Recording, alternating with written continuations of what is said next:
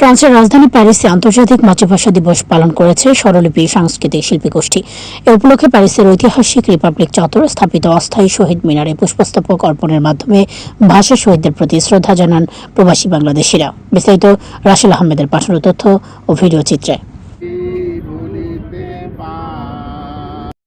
ফ্রান্সের রাজধানী প্যারিসের ঐতিহাসিক রিপাবলিক চত্বরে অস্থায়ী শহীদ মিনার স্থাপন করে আন্তর্জাতিক মাতৃভাষা দিবস পালন করেছেন প্রবাসী বাংলাদেশিরা। স্বরলিপি সাংস্কৃতিক শিল্পী গোষ্ঠী ফ্রান্স শাখার আয়োজনে এই অনুষ্ঠানে পুষ্পস্তবক অর্পণের মাধ্যমে ভাষা শহীদদের প্রতি গভীর শ্রদ্ধা নিবেদন করা হয়। প্রবাসের মাটিতে ভিনদেশীদের কাছে বাংলা ভাষার গৌরবময় ইতিহাস ও সমৃদ্ধ বাঙালি সংস্কৃতি তুলে ধরাই ছিল এই আয়োজনের মূল লক্ষ্য। এ প্রসঙ্গে আয়োজক সংগঠন স্বরলিপির সভাপতি নজরুল ইসলাম চৌধুরী বলেন, বাঙালির ইতিহাস ও সংস্কৃতি বিশ্ব দরবারে তুলে ধরতে প্রতি বছরই রিপাবলিক চত্বরে আমরা এই আয়োজন করে থাকি। এতে প্রবাসী বাংলাদেশিদের পাশাপাশি ভিনদেশীরাও স্বতঃস্ফূর্তভাবে অংশ নেন। স্বরলিপি সাংস্কৃতিক শিল্পী গোষ্ঠীর সভাপতি নজরুল ইসলাম চৌধুরীর সভাপতিত্বে ও সাধারণ সম্পাদক শাকিল সরকারের সঞ্চালনায় অনুষ্ঠানে ফ্রান্সে সক্রিয় বিভিন্ন বাংলাদেশি সংগঠনের নেতৃবৃন্দ শহীদ বেদিতে ফুল দিয়ে শ্রদ্ধা জানান।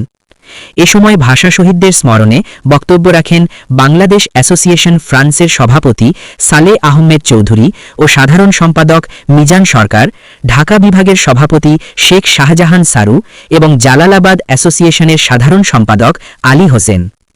শ্রদ্ধা নিবেদন ও আলোচনায় আরও অংশ নেন বরিশাল বিভাগের সভাপতি ও স্বরলিপির উপদেষ্টা মোতালেব খান, সাধারণ সম্পাদক মুনির হোসেন, ইপিএস কমিউনিটি ফ্রান্সের সাবেক সভাপতি এলান চৌধুরী ও সোহান এবং কুমিল্লা জেলা সমিতি ফ্রান্সের সাধারণ সম্পাদক নাসির উদ্দিন আহমেদ।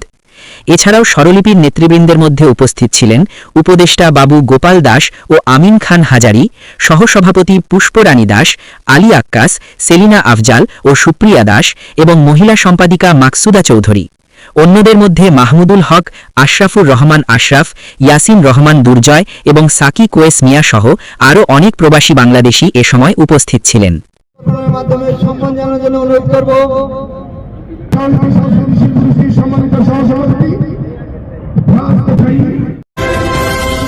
বাংলা নিউজ ২১ চেতনায় সত্য প্রকাশে অঙ্গীকারবদ্ধ।